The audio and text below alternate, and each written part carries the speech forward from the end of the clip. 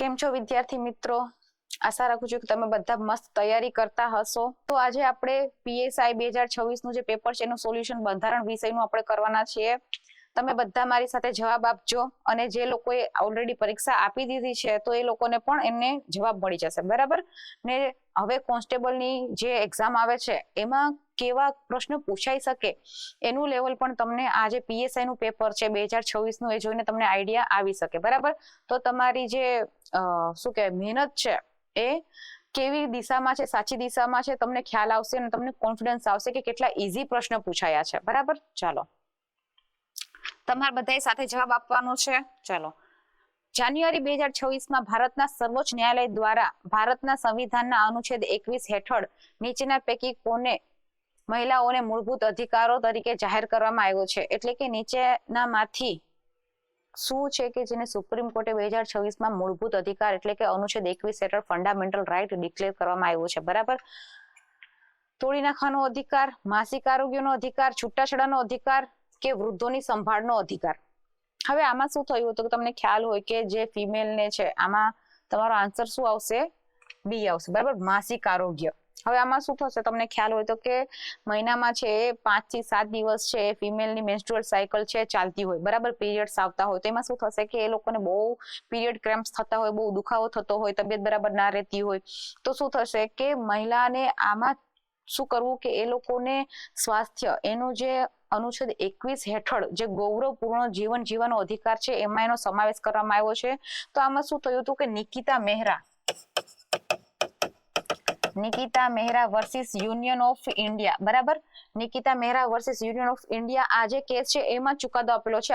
આ તમારે કોઈ પણ બીજી એક્ઝામમાં પૂછાઈ જાય કે Nikita Mehra versus Union of India case કયો છે, કારણ કે તાજેતરનો છે, બરાબર?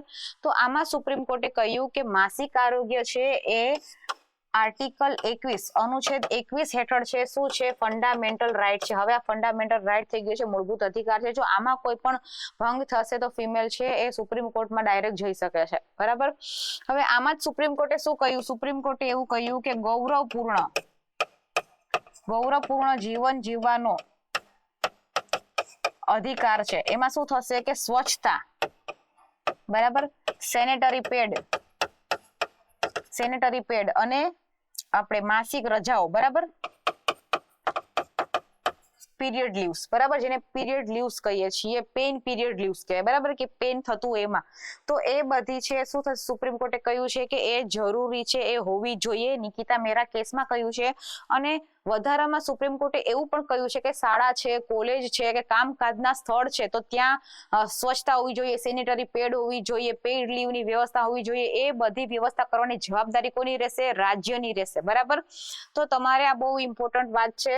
આ તમારે મહિલાના અધિકારો આપણે અલગ તૈયારી કરતા હોય તમને ખબર કે એસસી એસટી બાળકોના અધિકારો, મહિલાના અધિકારો એ રીતે પણ ટોપિક આવતા હોય તો એમાં પણ તમે એડ કરી શકો છો. તાજેતર કરંટનો છે, તમે સીસી મેન્સ લખતા હો, તલાટી મેન્સ લખતા હો તો એમાં પણ તમારા 3-5 ના માર્કના ક્વેશ્ચન હોય તો ફિમેલ રિલેટેડ કે કયા કયા અધિકારો છે, બંધારણીય કયા છે, કાયદાકીય અધિકારો કયા છે તો આમાં તમે આપી શકો છો, બરાબર? તો આ બંધારણીય અધિકાર થઈ ગયો છે કારણ કે શું આપ્યું છે? અનુચ્છેદ 21 આપ્યો છે એટલા માટે કરીને, બરાબર? બહુ સરસ ક્વેશ્ચન હતો આ. ચાલો, આશા રાખું છું કે જેને આપી હશે બધાએ આ ટીક કરેલું હશે, બરાબર? ચાલો, ભારતના સંવિધાન અનુસાર સૌરાષ્ટ્ર, કચ્છ અને બાકીના ગુજરાત માટે જુદા જુદા વિકાસ બોર્ડની સ્થાપના કરવા માટે કોની ખાસ જવાબદારીની જોગવાઈ કરેલ છે? આ ક્વેશ્ચન આપણે આગળના જે ભાગ 11 જોયો ને એમાં મેં 2 વખત ઓલરેડી ડિસ્કસ કરી દીધું છે, 2 થી 3 વખત. અહીંયા હું હવે ત્રીજી કે ચોથી વખત છે ડિસ્કસ કરું છું, બરાબર? ઓલરેડી હું ત્યાં ભણાવી ચૂકી છું. તો તમને ખ્યાલ હોય કે મેં આગળ કીધું હતું કે 371માં છે, 370માં જમ્મુ કાશ્મીર માટે હતું પણ તમને ખ્યાલ હોય તો 2019માં છે એ જોગવાઈઓ રદ કરી દેવામાં આવી છે. 371 હજી ચાલુ છે. 371(2), બરાબર? 371(2) માં એવું કહ્યું છે કે આ જે છે ભારતના રાષ્ટ્રપતિ કરશે. જો આપણે દેશમાં છે તો રાષ્ટ્રપતિ, બરાબર? આ રાજ્ય માટે છે, રાજ્ય માટે છે એટલે રાજ્યપાલ આવશે જવાબ, બરાબર? કે 371(2) મુજબ આ જે સત્તા છે રાષ્ટ્રપતિ પાસે રહેલ છે. રાષ્ટ્રપતિ આદેશ કરે, બરાબર? રાષ્ટ્રપતિ છે આદેશ કરશે અને શું કરશે કે એને લાગશે કે આ હિતની જરૂરિયાત છે જાહેર હિત માટે તો એ રાજ્યપાલને છે આદેશ આપશે અને રાજ્યપાલ છે આ શું કરશે? બોર્ડની છે એ નિમણૂક કરશે એટલે કે બોર્ડ બનાવશે. તો આ 371(2) હેઠળ છે એ રાષ્ટ્રપતિ ઓર્ડર આપશે, રાષ્ટ્રપતિ આદેશ આપશે, બરાબર. અને આપણે ગુજરાતમાં 1962 થી આદેશ આપેલો છે. ગુજરાતમાં 1962 થી રાષ્ટ્રપતિના આદેશથી રાજ્યપાલ દ્વારા આ સૌરાષ્ટ્ર કચ્છ માટે છે એ બોર્ડ બનાવેલું છે. સેમ મહારાષ્ટ્ર માટે પણ આદેશ છે આપવામાં આવેલો છે, વિદર્ભ માટે, બરાબર. તો રાજ્યપાલ છે એ આ કરશે અને રાજ્યપાલ છે આનો જે રિપોર્ટ આવશે, આ બોર્ડનો જે રિપોર્ટ આવશે, રાજ્યપાલ છે રાજ્યની વિધાનસભામાં રાખશે, બરાબર. આ ક્વેશ્ચન પૂછાયેલો છે કે આ બોર્ડનો જે રિપોર્ટ આવશે, રિપોર્ટ છે રાજ્યપાલ કોને આપશે? તો એ રિપોર્ટ છે રાજ્યપાલ પાસે જશે અને રાજ્યપાલ છે એને વિધાનસભામાં મુકાવશે, બરાબર. તો આ તમારે ખાસ યાદ રાખવાનું છે કે રાષ્ટ્રપતિ આદેશ આપશે અને રાજ્યપાલ પાસે રાષ્ટ્રપતિ એની જવાબદારી નક્કી કરે છે. રાજ્યપાલની જવાબદારી 371(2) અંતર્ગત નક્કી કરે છે. જોગવાઈ છે જવાબદારીની જોગવાઈઓ રાષ્ટ્રપતિ નક્કી કરશે, રાજ્યપાલમાં રહેશે. તો આનો જવાબ શું આવશે? રાજ્યપાલ છે એ આપણને સૌરાષ્ટ્ર અને કચ્છ અને ગુજરાતના બાકી ક્ષેત્રના વિકાસ માટે અલગ બોર્ડ છે બનાવશે. તો આમાં જવાબ શું આવશે? રાજ્યપાલ આવશે, બરાબર. ચાલો, ભારતના સંવિધાનના નીચેના પૈકી કયો અનુચ્છેદ આ સંવિધાન ભારતનું સંવિધાન કહેવાશે એમ કહે છે? એટલે કે 392, 393, 394, 395 એમાંથી કયો અનુચ્છેદ છે કે આપણું જે સંવિધાન છે એનો ઉલ્લેખ કરેલો છે કે આ સંવિધાન ભારતનું સંવિધાન છે એવું કહે છે, બરાબર. તો 392 છે એવું કહે છે કે આ સંવિધાન છે એ ભારતનું સંવિધાન છે એવું ક્યાં લખેલું છે? 392 અનુચ્છેદમાં લખેલું છે. 393 અનુચ્છેદમાં શું લખેલું છે? તો 393 અનુચ્છેદમાં એવું આપણી જે બંધારણ લાગુ થયું એની તારીખ લખેલી છે. તો કેટલી હતી તારીખ? બરાબર, આ 1950 બરાબર, 26 જાન્યુઆરી 1950 છે એ લાગુ થયું હતું. તો એ તારીખ આમાં ઉલ્લેખિત કરવામાં આવેલી છે. 394 શું કહ્યું છે? 394 કે કયા અનુચ્છેદ છે, કઈ જોગવાઈઓ ક્યારથી લાગુ થશે, બરાબર. જોગવાઈ ક્યારથી લાગુ થશે, બરાબર. અને 395 શું કહ્યું છે કે તમને ખબર હોય તો આપણું જે બંધારણ બન્યું એ પહેલા છે દેશ અલગ અલગ કાયદાઓથી ચાલતું હતું, બરાબર. ભારત સરકાર અધિનિયમ છે 1935,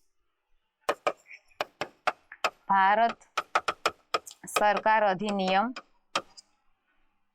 1935 અને ભારત સ્વતંત્રતા અધિનિયમ 1947, બરાબર. એ બંને છે એ રદ કરવામાં આવેલા છે એવું ક્યાં કીધું છે? 395 કીધું છે, બરાબર. હવે આ ક્વેશ્ચન આપણને પૂછાયેલા છે તો આપણે થોડુંક પેપર સોલ્વ કરતા હોય તો આપણે આનું પણ મહેનત કરી લેવી જોઈએ કે આ ટાઈપનો ક્વેશ્ચન આમાંથી પૂછાઈ શકે છે, બરાબર. બાકી મેં તમને કીધું હતું કે ફંડામેન્ટલ રાઇટ, ડીપીએસપી છે, નાગરિકતા છે, આમુખ છે, એ બહુ જરૂરી છે, બરાબર. આમાં પીએસઆઈ માં તમને ખ્યાલ છે કે એમાંથી આપણે નાગરિકતામાંથી પણ ક્વેશ્ચન પૂછાયેલા છે, બરાબર. તો આ બંધારણ લાગુ થયું એ તારીખ 393 છે. કઈ જોગવાઈ ક્યારથી લાગુ થશે? 394 છે. અને ભારત સરકાર અધિનિયમ 1935 અને ભારત સ્વતંત્રતા અધિનિયમ 1947 રદ કરવામાં આવ્યું છે, ક્યાં કીધું છે? 395 કીધું છે, બરાબર. ચાલો નેક્સ્ટ, ભારતના સંવિધાન પૈકી કયા ભાગ છે એ સંઘ અને રાજ્ય હેઠળની સેવાઓની જોગવાઈઓ પૂરી પાડે છે? આમાં તમને એવું કીધેલું છે કે આ ભાગમાંથી કયો ભાગ છે એ આપણને જે યુપીએસસી, જીપીએસસી મતલબ કે જીપીએસસી કે એસપીએસસી, બરાબર, એની જોગવાઈઓ પૂરી પાડે છે. તો તમને બધાને ખ્યાલ છે કે આ ક્વેશ્ચન પણ હું આગળ ઓલરેડી ડિસ્કસ કરી ગઈ છું, બરાબર. આપણે આગળના કેમ કે આગળના ક્વેશ્ચનમાં પૂછાયેલા જ છે એ જ એમાંથી આમાં ક્વેશ્ચન રિપીટ થયા છે, બરાબર. તો આ તમે જુઓ તો આમાં હવે તમારે કોન્સ્ટેબલ કે આગળ બીજી કોઈ એક્ઝામ આવતી હોય, બરાબર, સીસી ની એક્ઝામ આવતી હોય તો એમાં પણ તમારા ક્વેશ્ચન પૂછાશે. રેવન્યુ તલાટીની પાછી હમણાં આવે છે, બરાબર, કે કોઈ પણ પંચાયત હોય કે બધામાં તમારે કામ આવશે. તો આનો જવાબ શું આવશે? ભાગ 14 આવશે, બરાબર. ભાગ 14 છે, ભાગ 14 છે એ 308 થી 323 સુધી છે, બરાબર. ભાગ 14 છે 308 થી ને 323 સુધી છે. હવે એમાં આપણને બધી સંઘ હોય કે રાજ્ય હોય એની સેવા અને શરતોની જોગવાઈઓ બધી અહીં કરેલી છે, બરાબર. તો 309 છે શું છે? સેવાની શરતો,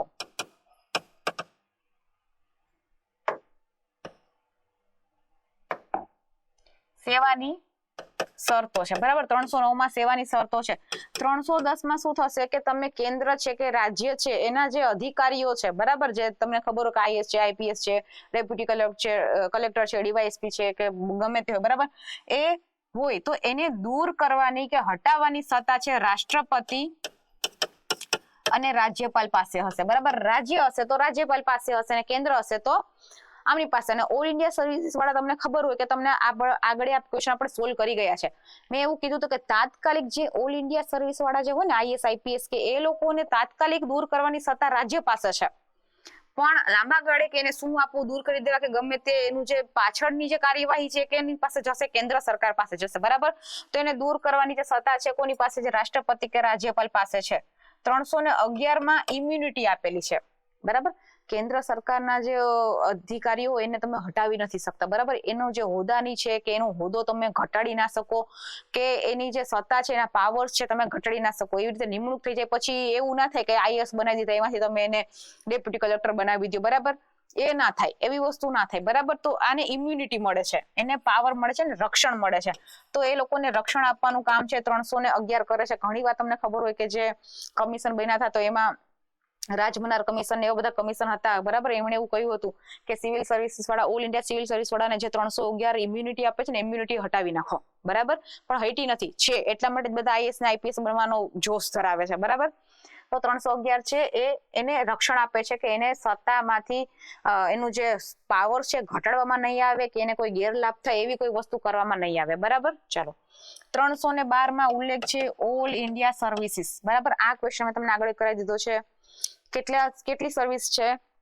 ઓલ ઇન્ડિયા 3 સર્વિસ છે, આઈએસ, આઈપીએસ અને આઈએફઓએસ, બરાબર. ઇન્ડિયન ફોરેન સર્વિસ નથી, ઇન્ડિયન ફોરેન સર્વિસ કેન્દ્રીય સર્વિસ નથી, બરાબર. ઇન્ડિયન ફોરેસ્ટ સર્વિસ છે, બરાબર. પહેલા છે બે જ સર્વિસ હતી, બરાબર. પછી પાછળથી છે ઇન્ડિયન ફોરેસ્ટ સર્વિસ છે ઉમેરવામાં આવી છે. હાલમાં 3 જ સર્વિસ છે, બરાબર. ઓલ ઇન્ડિયા સર્વિસીસ 3 જ છે. જો કે ઓલ ઇન્ડિયા જ્યુડિશિયલ સર્વિસ બનાવવાની વાત છે, મેડિકલ સર્વિસ બનાવવાની વાત છે અને એવી રીતે ટીચર માટે પણ વાત છે, બરાબર.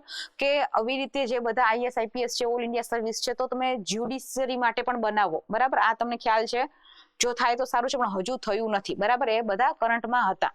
હવે 315 થી લઈ અને 323 સુધી છે એ યુપીએસસી અને એસપીએસસી. એસપીએસસી એટલે સ્ટેટ પબ્લિક સર્વિસ કમિશન, બરાબર. એની જોગવાઈઓ આમાં કરેલી છે. તો આ બહુ ઇમ્પોર્ટન્ટ બધા છે, બરાબર. આ આર્ટિકલ બહુ ઇમ્પોર્ટન્ટ છે, બધા આર્ટિકલ એટલા ઇમ્પોર્ટન્ટ છે. તમને કીધું એવી રીતે કે આ તમને ખબર છે કે 312 ની વિશિષ્ટ સત્તા છે ને એ રાજ્યસભા પાસે રહેલી છે, કે ઓલ ઇન્ડિયા સર્વિસીસ છે ને એની રચના કરવાની સત્તા છે ને આ રાજ્યસભા આમાં બહુ પાવરફુલ છે, બરાબર. તો આ તમને ખ્યાલ હોય, આ મેં આગળ કીધેલું છે કે ઓલ ઇન્ડિયા સર્વિસીસ બનાવવાની વિશેષ સત્તા છે રાજ્યસભા પાસે છે, લોકસભા પાસે નહીં. બીજું કે આ ક્વેશ્ચન ઘણી વાર પૂછાયેલો છે કે કયું આર્ટિકલ છે કે જે સિવિલ સર્વિસીસના જે કર્મચારી હોય, બરાબર, એ લોકોને ઇમ્યુનિટી પૂરું પાડે છે, રક્ષણ પૂરું પાડે છે. તો 311, બરાબર. બાકીનું યુપીએસસી જીપીએસસી વાળું કે સ્ટેટ પબ્લિક સર્વિસ કમિશન કયો કે જોઈન્ટ પબ્લિક સર્વિસ કમિશન કયો, બધું ક્યાં આવશે? 315 થી 323 હેઠળ આવશે, બરાબર. ભાગ 16 માં શું છે? તો ભાગ 16 માં એસસી એસટી ની સમુદાયની વાત છે, એમના અધિકારોના રક્ષણ માટેનો ભાગ છે ભાગ 16, બરાબર. તમને ખ્યાલ હોય તો તમે આમાં એક આર્ટિકલ યાદ રાખજો તમે, 338, બરાબર. 338 માં છે national commission four schedule cast. National commission four schedule cast simple પૂછાઈ જાય છે કે આપણે અનુસૂચિત જાતિ માટેનો રાષ્ટ્રીય આયોગ છે એ ક્યાં ઉલ્લેખ છે? તો આ બંધારણીય સંસ્થા છે, એનો મતલબ એવો થઈ ગયા બંધારણીય સંસ્થા છે 338 માં છે, બરાબર. અને એસટી માટે 338A, બરાબર. 338B છે, અલગ કરવામાં આવ્યું છે national commission four schedule tribe. આ ખાસ યાદ રાખવાનું છે, બંને બંધારણીય છે, બંધારણમાં ઉલ્લેખ છે. ભાગ 15 માં શું કીધું છે તમને? ભાગ 15 માં ચૂંટણીઓ છે, બરાબર. ભાગ 15 માં ચૂંટણી છે. ભાગ 15 ચૂંટણી ક્યાંથી ક્યાં છે? 324, કારણ કે તમને ખ્યાલ 323 માં અહીંયા જ કહી દીધું, બરાબર. તો એ ભાગ 14 હતો, આ ભાગ 15 છે, બરાબર. તો 324 થી લઈને 329 સુધી, બરાબર. 324 થી લઈ અને 329 સુધી છે એ આપણે ભાગ 15 ચાલે છે. તો આમાં ઇમ્પોર્ટન્ટ જોગવાઈ હું તમને કહું તો બે ખાસ યાદ રાખો, બરાબર. 324 માં ઇલેક્શન કમિશન ને પાવર છે, એટલે કે સત્તા છે, બરાબર. ઇલેક્શન કમિશન છે, ચૂંટણીની સત્તાઓ બધી આમાં આપેલી છે. ને 326 માં શું આપેલું છે? મત અધિકાર, જે પણ 18 વર્ષથી ઉપર થઈ ગયા એ બધાને શું થશે, અહીંયા મત અધિકાર આપવામાં આવશે. મત અધિકાર છે રાજકીય અધિકાર છે, બરાબર, પોલિટિકલ રાઇટ છે, આપણો right to vote political right છે. આ તમારે ખાસ યાદ રાખવાનું છે. જો કે આ આગળ પૂછાયેલા ક્વેશ્ચન છે, હું ડિસ્કસ ઓલરેડી કરી ગઈ છું, અને 2026 નું પીએસઆઈ નું પેપર છે એમાં પણ આ ક્વેશ્ચન પૂછાયેલા છે. ભાગ 11 છે એ કેન્દ્ર અને રાજ્ય, સેન્ટ્રલ અને સ્ટેટ સંબંધ સાથે રિલેટેડ છે, બરાબર. ચાલો, આમાં ભાગ 14 છે, જવાબ આવશે. ચલો, ભારતના સંવિધાનની 6ઠી અનુસૂચિમાં નીચેના પૈકી કયા રાજ્યનો ઉલ્લેખ નથી? નીચેના પૈકી કયા રાજ્યનો ઉલ્લેખ નથી? તમને ખબર છે કે 5મી અને 6ઠી અનુસૂચિ છે આદિવાસી વિસ્તાર માટે છે. 5મી અનુસૂચિમાં ઓલમોસ્ટ આદિવાસી વિસ્તાર આવશે, પણ 6ઠી અનુસૂચિ છે એ સ્પેસિફિક 4 રાજ્યો માટે છે. સિમ્પલ એ પૂછાયેલું છે ને આ જ પૂછાયેલું છે, બરાબર. તો 4 રાજ્યમાં શું આવશે? એક તો આસામ આવશે, આસામ નીચે જ આવેલું છે મેઘાલય, બરાબર. તો મેઘાલય આવશે. આ બાજુ તમે ભારતમાં જુઓ તો અહીંયા આવશે ત્રિપુરા અને આવશે મિઝોરમ, બરાબર. ત્રિપુરા અને મિઝોરમ. તો મેં કીધું 4, આસામ છે, મેઘાલય છે અને મિઝોરમ પણ છે, બરાબર. અરુણાચલ પ્રદેશ છે એનો સમાવેશ 6ઠી અનુસૂચિમાં નહીં થાય, આનો સમાવેશ 5મી અનુસૂચિમાં તમે કરી શકો છો. અરુણાચલ પ્રદેશમાં જે પણ આદિવાસીના જે વિસ્તારો હશે એનો સમાવેશ 5મી અનુસૂચિમાં થશે. 6ઠીમાં માત્ર ને માત્ર આ 4 જ છે, બરાબર. આસામમાં શું આવશે તો કે આ તમને કહું છું, 6ઠી અનુસૂચિમાં આસામમાં આવશે તો બોડોલેન્ડ, બરાબર, અને કે આવશે કાર્બી આંગલોંગ, આ વિસ્તાર આવશે. પછી મેઘાલયમાં કયા વિસ્તાર આવશે? તો મેઘાલયમાં ગારો, ખાસી અને જેન્તી આવશે, બરાબર. ગારો, ખાસી અને જેન્તી આવશે. મિઝોરમમાં આવશે ચકમા, લાઈ, મારા, બરાબર. આ જે વિસ્તાર છે બધા 6ઠી અનુસૂચિમાં આવે છે, અને એ સિવાયના જે પણ વિસ્તાર હશે એ બધા 5મી અનુસૂચિમાં જશે. 5મી અનુસૂચિ છે આદિવાસી વિસ્તાર માટે છે. આ લોકોને વિશેષ સત્તા મળતી હોય, એમની જે જમીન છે, એમનું જે સ્વાયત્ત પરિષદો છે, બરાબર. સ્વાયત્ત પરિષદો પોતાની હોય, પછી સ્વાયત્ત પ્રદેશ હોય, એમના અધિકારો છે, જમીન અને જંગલના અધિકારો છે, બધા ઉપર એમને શું થતું હોય, વિશેષ સત્તાઓ મળતી હોય, બરાબર. ચાલો, આમાં છે ડાયરેક્ટ આપણા પંચાયત વાળા છે કાયદાઓ લાગુ ના પડે, બરાબર. એના માટે પૈસા બનાવેલો છે, panchayat extension to schedule area, આવું કરીને આપણે એક્ટ બનાવેલો છે. એના અંતર્ગત આ લોકોને શું કહેવાય, થોડોક ફેરફાર કરી અને એને જરૂરિયાત પ્રમાણે કાયદાઓ બનાવીને લાગુ કરી શકે, બરાબર. તો ચલો, આમાં શું આવશે? અરુણાચલ પ્રદેશ છે, જવાબ આવશે કે એમાં આવતું નથી. ચાલો, પોલીસ કોન્સ્ટેબલ તમને બધાને ખ્યાલ જ છે કે હમણાં એક્ઝામ આવવાની જ છે. તમે તૈયારી બધાએ સરસ કરી લીધી હશે. હવે શું કરવાનું છે? તો હવે જે આપણે વાંચ્યું છે એ આપણને કેટલું યાદ છે, અને આપણે કયા સબ્જેક્ટમાં છે થોડી કચાશ રહી ગઈ છે, તો એના માટે કરી અને તમે સરસ રીતે તમે તૈયારી કરી શકો. તો જય કેરિયર ઓનલાઈન દ્વારા છે એ 20 મોડલ પેપર છે કોન્સ્ટેબલ માટે લોન્ચ કરવામાં આવ્યા છે, માત્ર ને માત્ર 149 રૂપિયામાં. માત્ર ને માત્ર 149 રૂપિયામાં છે એ લોન્ચ કરવામાં આવ્યા છે. અને આ પેપરમાં તમે પ્લે સ્ટોર માંથી જઈ અને તમે પહેલા એપ ડાઉનલોડ કરી અને જોઈ શકો છો. 20 પેપરમાંથી એક પેપર છે એ ફ્રી છે, એનું તમે ટેસ્ટ આપી શકો છો, તો તમને તમારો લેવલ ખબર પડશે અને પેપર એ કેવા લેવલના બનેલા છે એ તમને ખ્યાલ આવશે, બરાબર. પછી તમે છે પરચેસ કરી શકો છો, અને જો કંઈ પણ ક્વેરી હોય તો સ્ક્રીન ઉપર આપેલા નંબર ઉપર તમે ફોન કરીને માહિતી મેળવી શકો છો, બરાબર. ચલો, ભારત સરકારે સરકારી આયોગની આંતરરાજ્ય પરિષદની રચના કરવાની ભલામણ સ્વીકાર છે, જે અંતર્ગત તેની સ્થાપનાનું જાહેરનામું કોણે જાહેર કર્યું, બરાબર. આપણે આગળના લેક્ચરમાં હમણાં જ, બરાબર, ભાગ 11 આપણે જોયો ને, એમાં છે મેં તમને 2 વાર કહી દીધું છે આંતરરાજ્ય પરિષદ છે, અને સરકારિયા કમિશનનું પણ મેં કીધું હતું કે સરકારિયા કમિશન, બરાબર. સરકારિયા કમિશન છે 1983માં બન્યું હતું ને એમણે ભલામણ કરી, બરાબર, કે કેન્દ્ર અને રાજ્યના સંબંધ સુધારવા માટે કરીને આવી કોઈ પરિષદનું નિર્માણ કરવું જોઈએ. તો આ પરિષદનું નિર્માણ કોણ કરશે? તો રાષ્ટ્રપતિના હુકમ દ્વારા થશે, બરાબર. રાષ્ટ્રપતિના હુકમ દ્વારા થશે. અને આ જ અંતર્ગત પછી અનુચ્છેદ 263માં આનો ઉલ્લેખ છે. ક્યાં છે? 263માં છે એ આંતરરાજ્ય પરિષદ છે એની રચનાની જોગવાઈ છે, બરાબર. રાષ્ટ્રપતિ દ્વારા છે એની જોગવાઈ છે, રાષ્ટ્રપતિ કરે છે. આમાં રાષ્ટ્રપતિના વટહુકમ દ્વારા છે બનાવવામાં આવશે, અને એના જે અધ્યક્ષ હશે પીએમ હશે. કેન્દ્ર શાસિત પ્રદેશના જે આપણે શું કહેવાય કે સીએમ હશે, વિધાનસભા જ્યાં હશે એ પણ એના સભ્ય હશે ને બીજા બધા રાજ્યોના જે સીએમ છે એ આના સભ્ય હશે, બરાબર. એટલે કે પીએમ અધ્યક્ષ હશે, યુટી જે વિધાનસભા વાળી હશે એના જે સીએમ હોય અને બીજા અન્ય રાજ્યોના સીએમ છે આના સભ્ય હશે. શું થશે? બધા સાથે મળશે અને એક મંચ ઉપર આવશે તો બધા પ્રોબ્લેમનું ડિસ્કશન કરશે. તો શું થશે? કેન્દ્ર અને રાજ્યના સંબંધ સુધરશે. તો સરકારિયા કમિશન કેના માટે હતું? કેન્દ્ર અને રાજ્યના સંબંધ સુધારવા માટે જ હતું, બરાબર. તો આનો જવાબ શું આવશે? રાષ્ટ્રપતિના હુકમ દ્વારા છે એ પછી જાહેર કરી અને બનાવવામાં આવી આંતરરાજ્ય પરિષદ, બરાબર. ચાલો, ભારતીય સંસદીય વિભાગને લગતી સ્થાયી સમિતિઓ કેટલા સભ્યોની બનેલી હોય છે? બરાબર.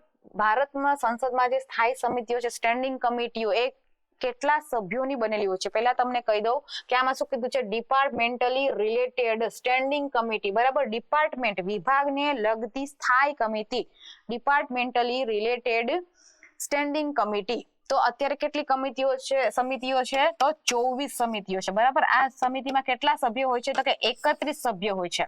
એટલે તમને જવાબ મળી ગયો. આમાં સભ્ય પૂછ્યા છે, બરાબર. વાંચવાનું કે કેટલા સભ્યોની બનેલી હોય છે. કેટલી સમિતિઓ છે? તો 24 જવાબ આવે. પણ એ સમિતિઓ કેટલા સભ્યોની બનેલી છે? તો 31, બરાબર. હવે 31 માં શું થશે કે આમાંથી જે 21 સભ્યો હશે, 21 સભ્યો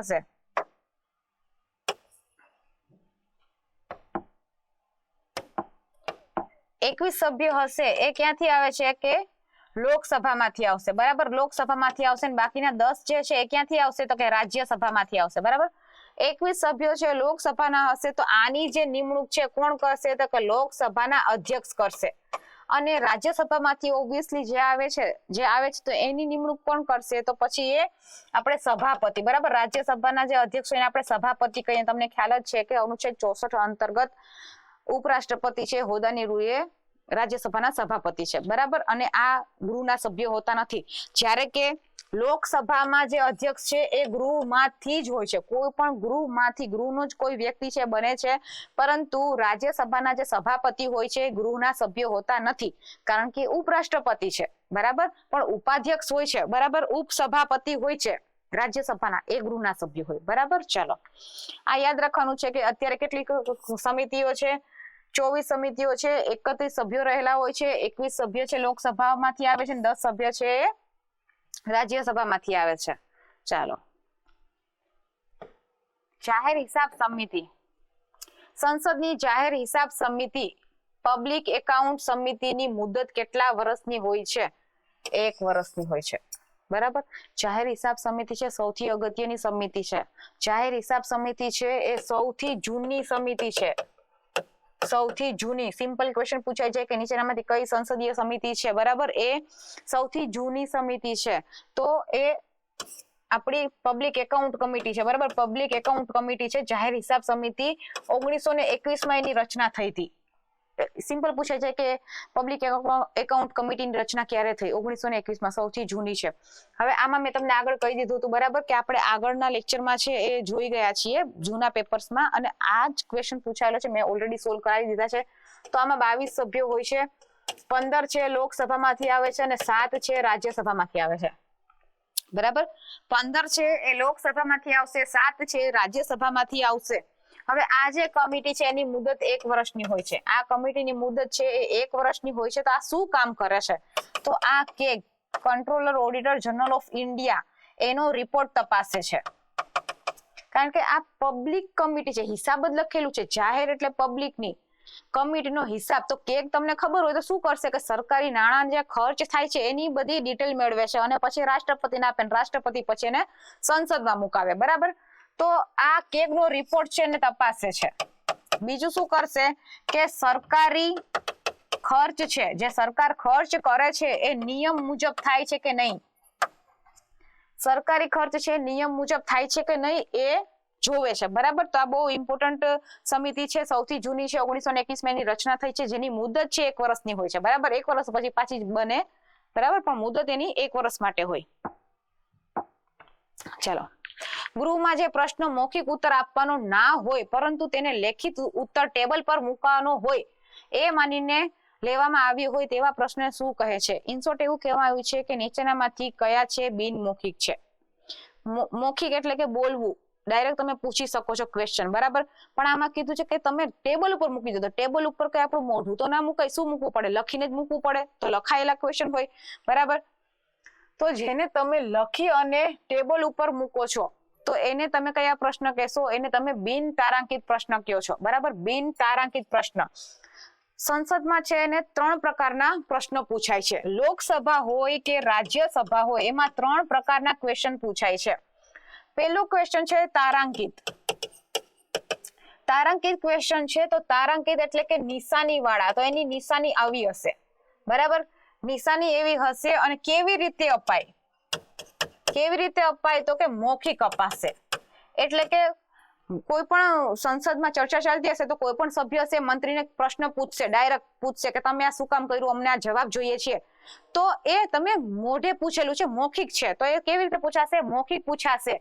અને પૂરક પ્રશ્ન, બરાબર. એટલે હવે તમે મોઢે પૂછ્યું છે, સામે જ મંત્રી છે, તો મંત્રીને શું આપશે? જવાબ આપશે. મંત્રી જે જવાબ આપશે એને તમે પાછો કાઉન્ટર ક્વેશ્ચન પૂછી શકો.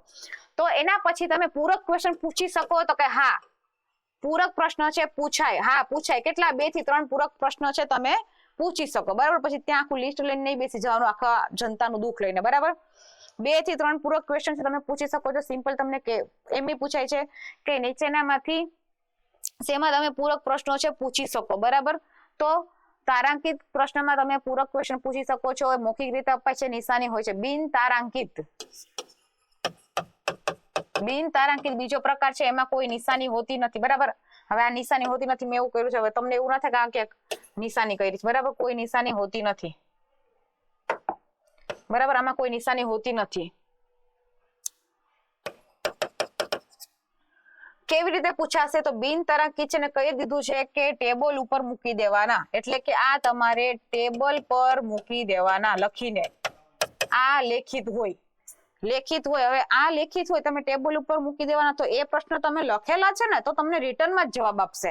એ જવાબ તમને પાછો એ મંત્રી છે કે જેને તમે પૂછ્યું છે તમને પાછું બોલીને જવાબ નહીં આપે, બરાબર. તો આમાં પૂરક પ્રશ્ન પૂછાશે? તો કે ના. કેટલા પૂછાય? તો પૂછાતા જ નથી, તો 2-3 નો સવાલ જ નથી થતો, બરાબર. તો આમાં તમે કોઈ પ્રશ્ન છે પૂછી શકતા નથી. ત્રીજું છે ટૂંકી નોટિસ વાળા પ્રશ્ન.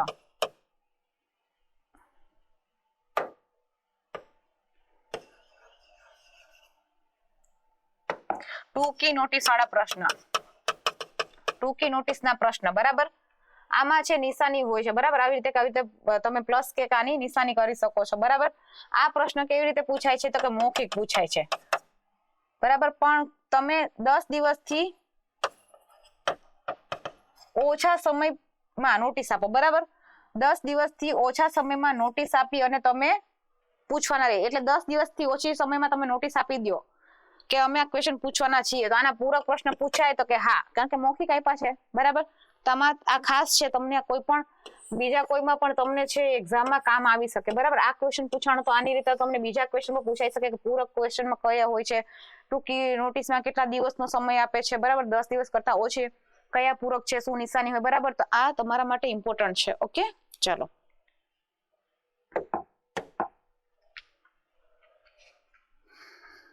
નીચેના પૈકી કયા અનુચ્છેદ હેઠળ ભારતના રાષ્ટ્રપતિ માટે સંસદના બંને ગૃહો સમક્ષ નાણાં આયોગનો અહેવાલ મૂકવો બંધારણ રીતે ફરજિયાત છે? હવે આટલું સમજો કે ક્વેશ્ચનમાં પૂછેલું છે કે નાણાં આયોગ એટલે કે નાણાં પંચ, ફાઇનાન્સ કમિશન જે રિપોર્ટ આપે છે એની વાત છે, ફાઇનાન્સ કમિશનની રચનાની વાત નથી, બરાબર. પેપર સેટર ને સ્ટુડન્ટનો મગજ ખબર જ હોય એટલે એને 280 આર્ટિકલ પહેલા જ મૂકી દીધું છે. તો 280 આર્ટિકલમાં ફાઇનાન્સ કમિશનની રચનાની જોગવાઈ છે, બરાબર. ફાઇનાન્સ 280 માં શું કીધું છે? ફાઇનાન્સ કમિશનની રચના છે દર 5 વર્ષે રાષ્ટ્રપતિ કરશે અને એમાં એક અધ્યક્ષ +4 એટલે કે 1+4 બરાબર, એટલે કે 5 સભ્યોનું બનેલું હશે, બરાબર. આ તમારે યાદ રાખવાનું છે. તો 280 છે રચના છે ફાઇનાન્સ કમિશનની, પણ 281 માં ઉલ્લેખ કરવામાં આવેલો છે કે ફાઇનાન્સ કમિશન છે, ફાઇનાન્સ કમિશન છે એ જે કઈ રિપોર્ટ આપશે, ભલામણ કરશે, સલાહ સૂચન આપશે, તો એ રિપોર્ટમાં રાષ્ટ્રપતિએ એ નોંધ સાથે રજૂ કરવું પડશે. જરૂરિયાત છે, ફરજિયાત કરી દીધું છે કે તમારે કરવાનું છે કે ફાઇનાન્સ કમિશને આ ભલામણ કરી તો કારણ સાથે તમે કહો કે તમે શા માટે આ ભલામણ છે સ્વીકારી નથી, એના રીઝન સાથે નોંધ કરી અને શું કરવાનું છે, ફરજિયાતપણે રાષ્ટ્રપતિએ સંસદના બંને ગૃહોમાં મૂકવું પડશે. બરાબર. તો આ ક્યાં ઉલ્લેખ છે, બહુ ઇમ્પોર્ટન્ટ ક્વેશ્ચન છે એ 281.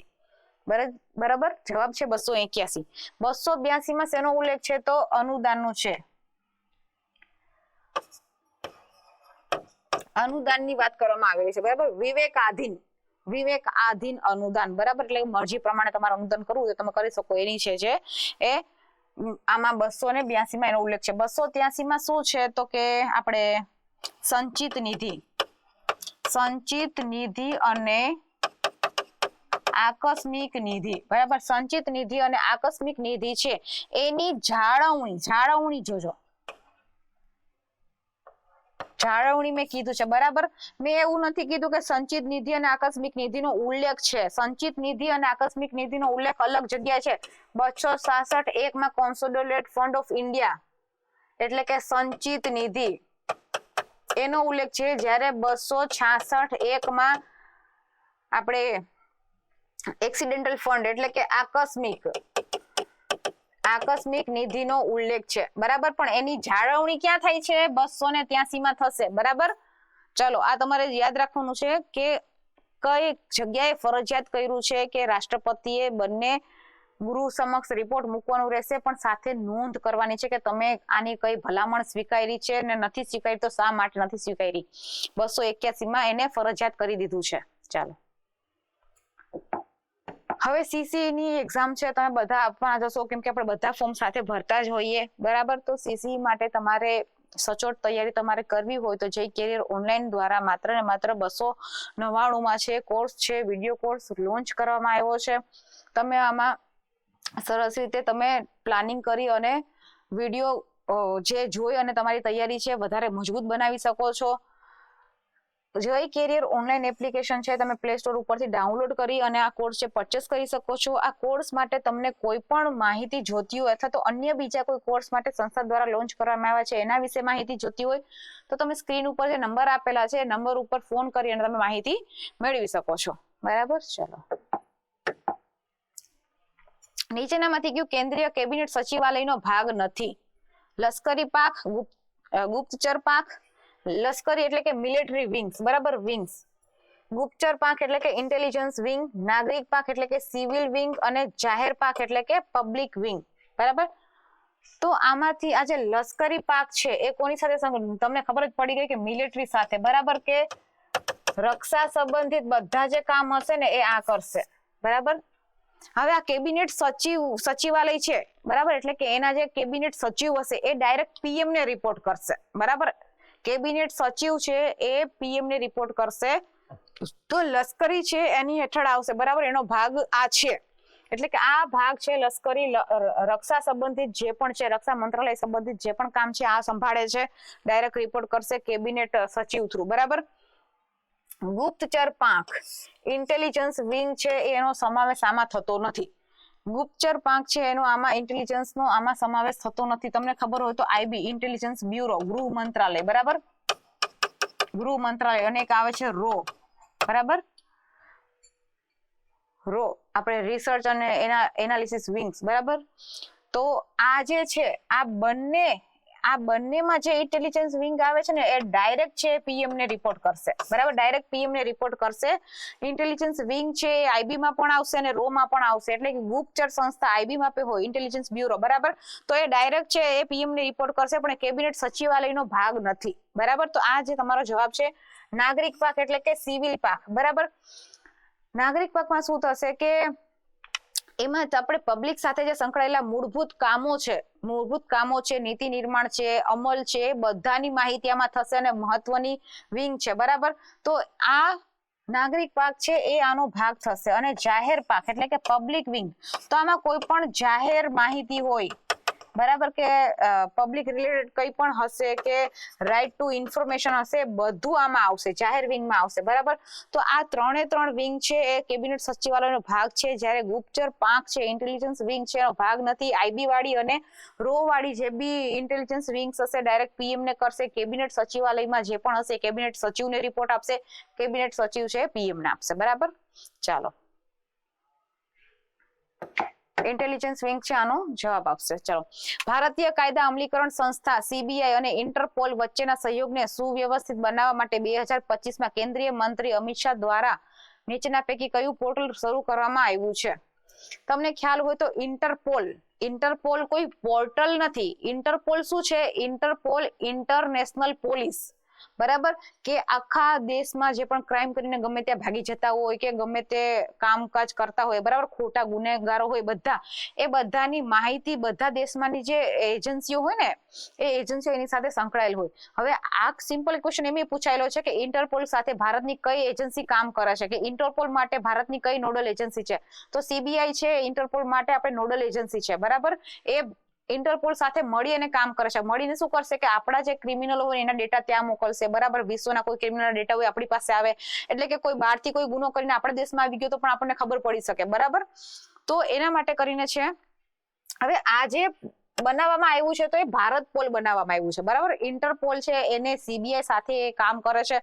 તો ભારત પોલ એક પોર્ટલ છે, ઇન્ટરપોલ પોર્ટલ નથી. જ્યારે ભારત પોલ એક પોર્ટલ છે, પોર્ટલમાં શું થશે કે જે ગુનેગારો છે, ફરાર વ્યક્તિ છે, ગુમ થયેલી વ્યક્તિ છે, કે માહિતી બધી ક્રિમિનલ બધી જે લોકોની માહિતી છે બધી માહિતી ત્યાં મળશે. તો તેનાથી શું થશે? તો તેનાથી જે રાજ્ય પોલીસ છે કે સીબીઆઈ છે કે આપણે નેશનલ ઇન્વેસ્ટિગેશન એજન્સી છે એ બધાને એક જ પ્લેટફોર્મ પર બધી માહિતી મળી જશે. બરાબર, એટલે શું થશે કે ટાઈમની બચત થશે. હવે પહેલા જે હતું ને આપણે શું કરતા હતા, ઈમેલ કરતા હતા અથવા તો આપણે મેસેજ કરતા હતા કે એવું બધું આપણે મોકલતા હતા. બરાબર, ફેક્સ ને મેસેજ ને, તો એનાથી શું થતું હતું? કાર્યવાહી ડિલે થતી હતી. બરાબર, તો હવે આ જે ભારત પોલ બનાવ્યું છે ને એ રિયલ ટાઈમ કોઓર્ડિનેશન માટે છે, કે real time at a time જ તમને બધો ખ્યાલ આવી જશે. બરાબર, કે એમાં પ્રક્રિયા ધીમી નહીં થઈ, ફાસ્ટ થશે, એટલે કે તમારું કામકાજ છે એ ફાસ્ટ થશે. બરાબર, તો ઇન્ટરપોલ છે એ બનાવવામાં આપણે લોન્ચ કરવામાં આવ્યું છે કોઓર્ડિનેશન વધારવા માટે કરીને. સીબીઆઈ છે ઇન્ટરપોલ સાથે કામ કરીને કરનારી નોડલ એજન્સી છે ભારતમાં. બરાબર, તમને ખ્યાલ હોય તો જે ઇન્ટરપોલ છે ઇન્ટરનેશનલ પોલીસ છે 8 પ્રકારની નોટિસ બહાર પાડે છે. બરાબર, 8 પ્રકારની જે નોટિસ છે બહાર પાડે છે. તમને હું થોડીક કહી દઉં છું, કામ આવશે. ઇમ્પોર્ટન્ટ નોટિસ, એક રેડ નોટિસ હોય, એમાં શું થશે? ફરાર વ્યક્તિ. પીળી નોટિસ હોય એ ગુમ થયેલ વ્યક્તિ હોય ને એના માટે પીળી નોટિસ બહાર પાડવામાં આવે. ફરાર થઈ ગયો, ભાગી ગયા હોય એના માટે રેડ નોટિસ બહાર પાડે. બ્લુ નોટિસ આવે એક. બ્લુ નોટિસ છે માહિતી માટે હોય. બરાબર, માહિતી આપવા માટે બ્લુ નોટિસ હોય. પછી આપણે એક આવશે નારંગી નોટિસ, ઓરેન્જ નોટિસ. બરાબર, તો એ ખતરાની ચેતવણી માટે હોય. બરાબર, પછી એક આપણે ગ્રીન નોટિસ આવશે, એ સિમ્પલ ચેતવણી આવશે, એ પણ ચેતવણી જ આપે છે, ખતરાની ચેતવણી ઓરેન્જ આપશે. એક આવશે બ્લેક નોટિસ. બ્લેક નોટિસ છે ને એ અજાણ વ્યક્તિ માટે છે. કોઈ અજાણી વ્યક્તિ હોય એના માટે નોટિસ જે આપવામાં આવે બ્લેક નોટિસ આપવામાં આવશે. બરાબર, તો રેડ છે, બ્લુ છે, યલો છે, ઓરેન્જ છે, ગ્રીન છે, બ્લેક છે, આ બધી નોટિસ છે. સિમ્પલ નોટિસ પૂછાય છે કે બ્લેક, ઇન્ટરપોલ દ્વારા બ્લેક કલરની નોટિસ કોના માટે બહાર પાડવામાં આવે છે? તો આપણને જે અજાણી વ્યક્તિ હોય બ્લેક કલરની. બરાબર, ગુમ થયેલી વ્યક્તિ માટે છે પીળી નોટિસ હોય. બરાબર, તો આ ઇમ્પોર્ટન્ટ છે, આટલું તમે યાદ રાખજો. બરાબર, ચાલો નેક્સ્ટ.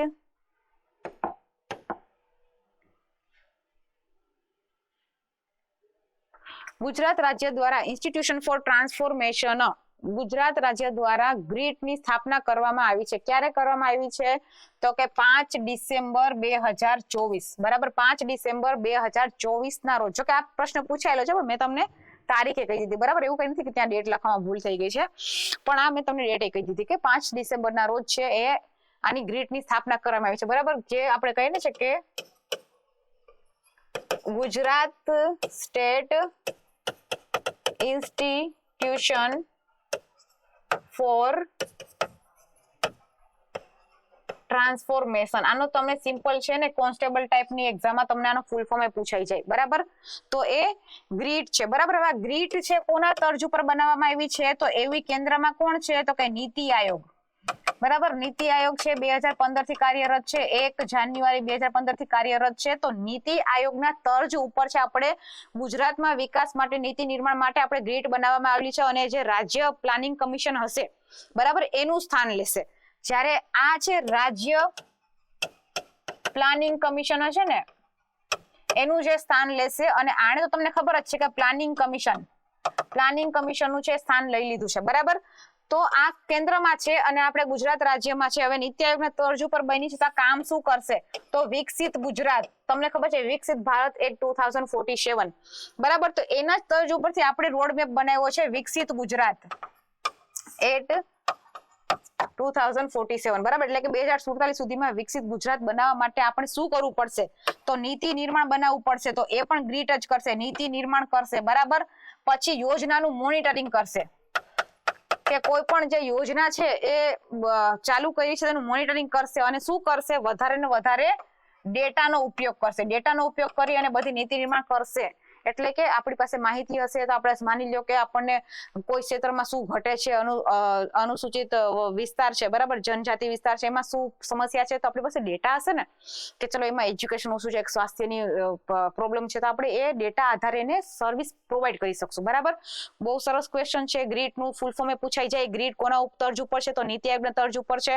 ગ્રીડ છે રાજ્ય પ્લાનિંગ કમિશનને રિપ્લેસ કરે છે, અને આ પ્લાનિંગ કમિશનને રિપ્લેસ કરી ચૂક્યું છે, બરાબર. ચાલો, રાજ્યની વિધાન પરિષદના સભ્યોની ખાલી જગ્યા ભાગની સંખ્યાના સભ્યોની ચૂંટણી સ્થાનિક સત્તા મંડળના મતદાર મંડળ દ્વારા કરવામાં આવે છે. એમાં એવું કીધું, તમને ખ્યાલ છે કે વિધાન પરિષદ છે વિધાનસભાના સભ્યોની સંખ્યા ઉપરથી બને છે, બરાબર. ઓછામાં ઓછી વિધાન પરિષદની સંખ્યા કેટલી હોવી જોઈએ? 40 હોવી જોઈએ. હવે આમાં તમને એવું કીધું છે કે આનું મતદાર મંડળ આવે, બરાબર, કે વિધાન પરિષદના સભ્યો છે એને કોણ કોણ ચૂંટે છે? તો આમાં તમને કહી દઉં કે પેલા આ જે એક છે એમાં આપણે કોણ આવશે? આ શું કીધું છે? સ્થાનિક સત્તા મંડળ, બરાબર. સ્થાનિક સત્તા મંડળ છે તો એ કેટલા સભ્યો ચૂંટે છે? તો 1/3. તો આમાં તમને જવાબ મળી જ ગયો હશે, બરાબર, કે જે વિધાન પરિષદના સભ્યો છે એ 1/3 ચૂંટાશે. કોના દ્વારા ચૂંટાશે? તો કે સ્થાનિક સત્તા મંડળ. તો સ્થાનિક સત્તા મંડળમાં કોણ આવશે? તો મ્યુનિસિપલ કોર્પોરેશન આવશે, જિલ્લા પંચાયત આવશે, અને તાલુકા પંચાયત, બરાબર. તાલુકા પંચાયત આવશે. 1/3 છે એ ઇલેક્ટ કરશે. એનો મતલબ શું થશે કે જો 60 સભ્યો હશે ને તો એમાંથી 20 સભ્યો, 60 ના 3 ભાગ પાડવામાં આવે, બરાબર. 60 ને છેદમાં 3 એટલે 20, એટલે કે 60 માંથી જે 20 સભ્યો હશે એ સ્થાનિક સત્તા મંડળ દ્વારા ચૂંટવામાં આવશે. બીજું આમાં આવશે આપણે સ્નાતક વર્ગ, બરાબર. જે 3 વર્ષ છે એ તમારે આમાં તમે જો તો પેલા વિધાનસભા આવી છે, આપણે એ પેલા લઈ લઈએ.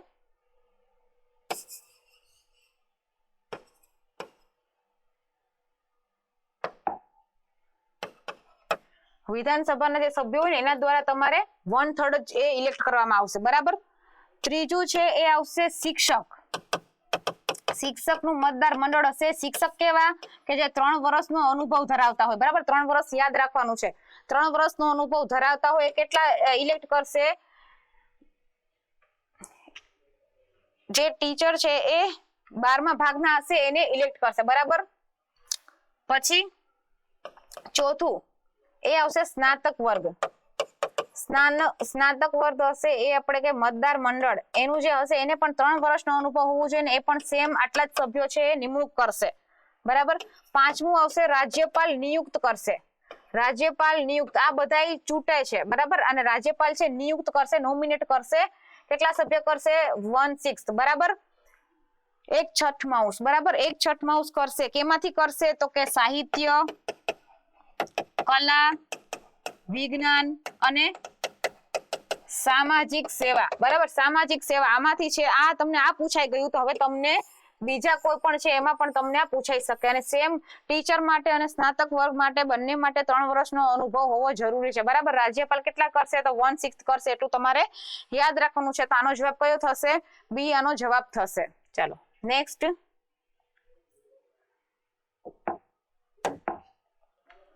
ભારતના સંવિધાનની 11મી અનુસૂચિમાં નીચેના પૈકી કયા બાબતોનો ઉલ્લેખ થયેલો નથી? સંવિધાનની જે 11મી સૂચિ છે, તમને 11મી સૂચિ ખબર હોય તો એ પંચાયત રિલેટેડ છે, બરાબર. પંચાયતની જે કાર્ય છે, સત્તા છે, પાવર્સ છે, બધા છે એ ક્યાંથી આવ્યું છે? તો કે 73મો બંધારણીય સુધારો, બરાબર, 1992. 73મો બંધારણીય સુધારો 1992 માં પંચાયતને છે કેટલા વિષયો આપવામાં આવ્યા છે? 29 વિષયો આપવામાં આવ્યા છે. અને તમને બીજું કહ્યું તો 12મી અનુસૂચિ, 12મી અનુસૂચિ છે એ 24મો બંધારણીય સુધારો થયો 1992 માં અને ઉમેરવામાં આવી, અને એમાં કેટલા વિષયો આપવામાં આવ્યા છે? નગરપાલિકાને, એ નગરપાલિકા માટે છે, બરાબર. 11મી અનુસૂચિ છે એ પંચાયત માટે છે, જ્યારે 12મી અનુસૂચિ છે નગરપાલિકા માટે છે.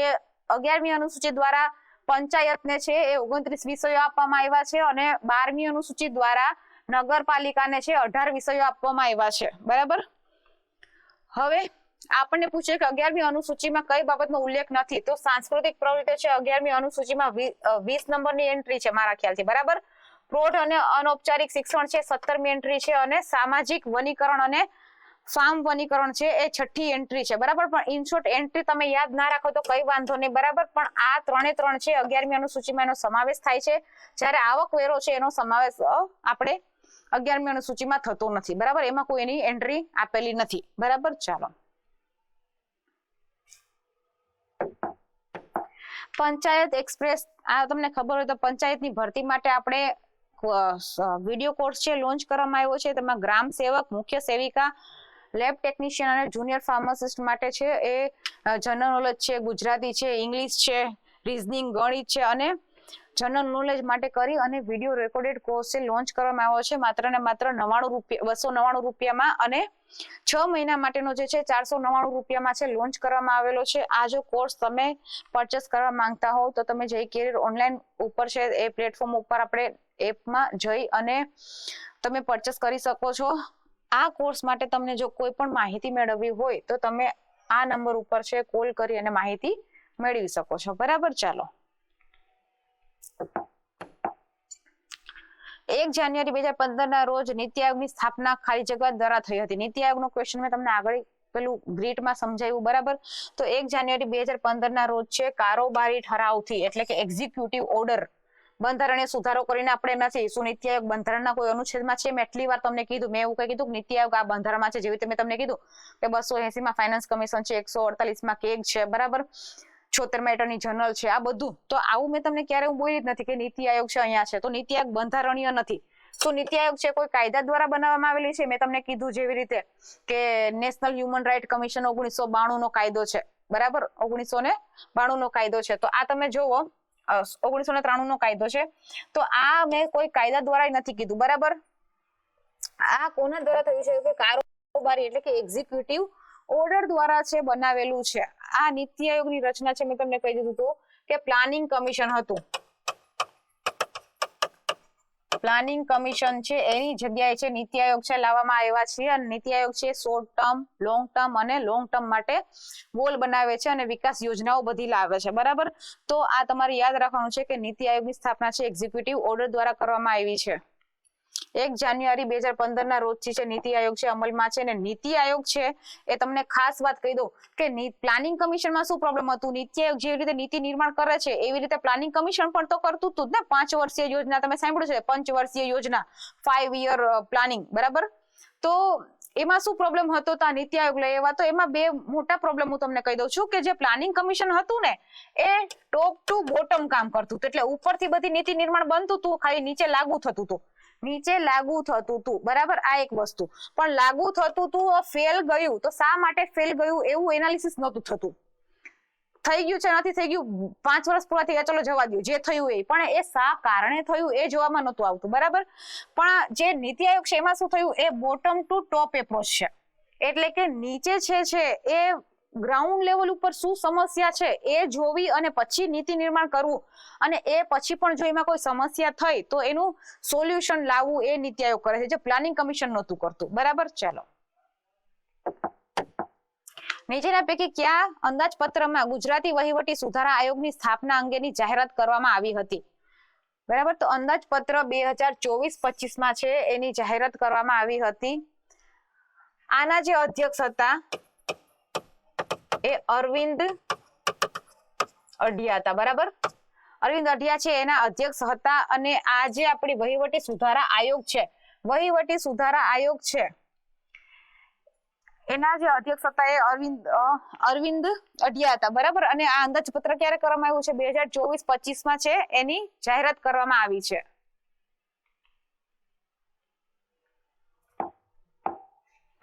ભારતીય બંધારણ મુજબ કંટ્રોલર અને ઓડિટર જનરલનો પગાર અને સેવાની શરતો કોના દ્વારા નક્કી થાય છે? કેગ છે એની સેવાની શરતો કોના દ્વારા નક્કી થાય છે? 148 માં છે એવું કહેવામાં આવ્યું છે કે રાષ્ટ્રપતિ દ્વારા છે, રાષ્ટ્રપતિ દ્વારા છે એની નિમણૂક થશે. કેગની નિમણૂક છે રાષ્ટ્રપતિ દ્વારા થશે. અને 148(3) સબ ક્લોઝ 3 માં એવું કહેવામાં આવ્યું છે કે સંસદ છે એના પગાર ભથ્થા અને પેન્શન છે એ નક્કી કરશે. રાષ્ટ્રપતિ 148 માં નિમણૂક કરશે અને એના પગાર ભથ્થા પેન્શન જે કંઈ પણ છે એ બધું કોણ નક્કી કરશે? સંસદ નક્કી કરશે. બરાબર.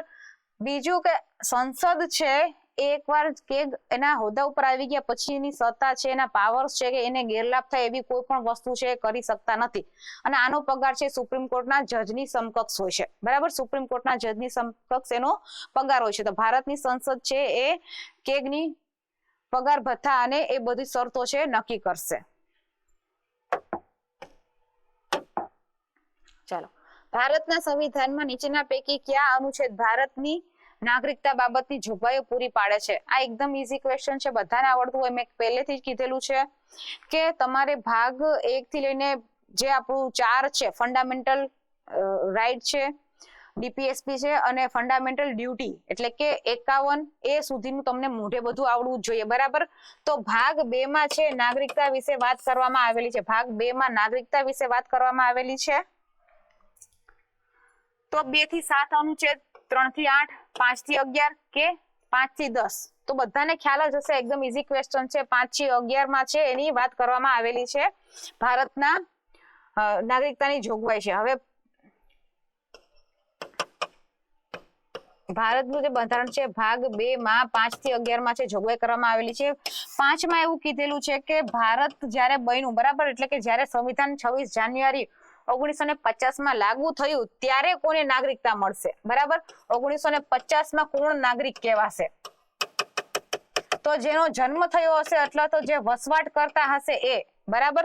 પછી 6 શું થયું કે પાકિસ્તાનથી ભારતમાં જે લોકો આવ્યા હતા, બરાબર, પાકિસ્તાનથી ભારતમાં જે લોકો આવ્યા હતા એની નાગરિકતા. 7 શું થશે કે ભારતમાંથી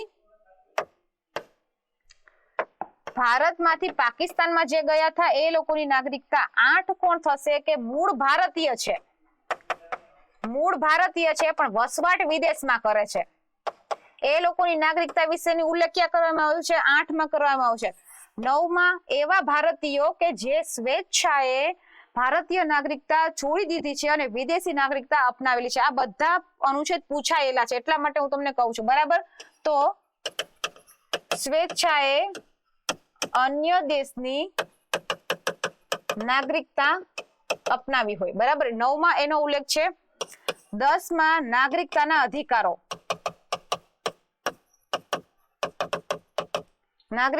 અધિકારો, બરાબર. અને 11 માં તમને ખબર હોય તો એ બહુ મહત્વનો આર્ટિકલ છે. એમાં જે કાયદા બનાવશે, નાગરિકતાના જે કાયદા બનશે એની સત્તા માત્ર ને માત્ર કોની પાસે રહેશે? સંસદ પાસે. તમને ખ્યાલ હોય તો સિટીઝનશીપ એક્ટ, બરાબર, સિટીઝનશીપ એક્ટ 1955. જો કે આમાં સુધારા ઘણી વાર થયેલા છે. 55 છો 1955.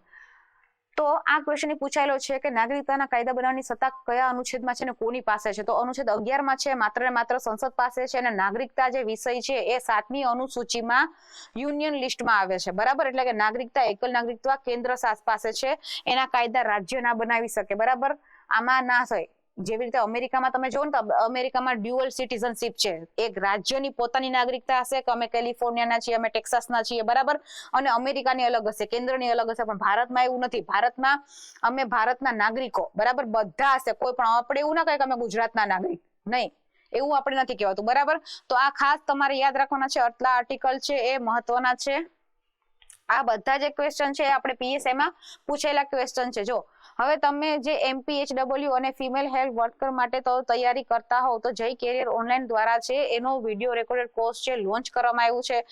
આમાં મહત્વની વાત એ છે કે તમને ટેકનિકલ સબ્જેક્ટ છે ડોક્ટર દ્વારા ભણાવવામાં આવશે, એટલે કે આમાં લાઈવ સેશન પણ ગોઠવવામાં આવશે, જેથી શું થશે કે તમારા કોઈ પણ ઇસ્યુ હશે એ ડોક્ટર છે એ તમને જવાબ આપી અને સોલ્વ કરી આપશે. તમને કરંટ અફેર છે, ટેસ્ટનું આયોજન થશે અને તમને વીકલી છે એ ટેસ્ટનું આયોજન થશે અને લેક્ચર મળતા રહેશે. ટેકનિકલ વિષયના લેક્ચર વીકલી આયોજન થશે, બરાબર, અને લાઈવ હશે. જો તમે આ કોર્સ છે પરચેસ કરવા માંગતા હોવ તો પ્લે સ્ટોરમાં જય કેરિયર ઓનલાઈન એકેડેમી છે એ ડાઉનલોડ કરો એનું, અને પછી આ કોર્સ પરચેસ કરો. અને જો આ કોર્સ માટે તમારે કોઈ પણ માહિતી છે મેળવવી હોય કે કોઈ ક્વેરી હોય તો તમે આ નંબર ઉપર છે, સ્ક્રીન ઉપર છે, એ નંબર ઉપર ફોન કરી અને માહિતી મેળવી શકો છો, બરાબર. આશા રાખું છું કે આ બધા ક્વેશ્ચન છે તમને સમજમાં આવ્યા હશે. આ ક્વેશ્ચન બધા પૂછાયેલા છે. હવે એવું ના હોય કે મેડમ આવા ક્વેશ્ચન ના પૂછાય, બરાબર. આ ઓલરેડી પૂછાયેલા ક્વેશ્ચન છે. પીએસઆઈ 2026 નું પેપર છે. બધાને આ ક્વેશ્ચન સમજમાં આવ્યા છે. કોઈ પણ ક્વેરી હોય તો તમે મને કમેન્ટ કરીને પૂછી શકો છો. Thank you.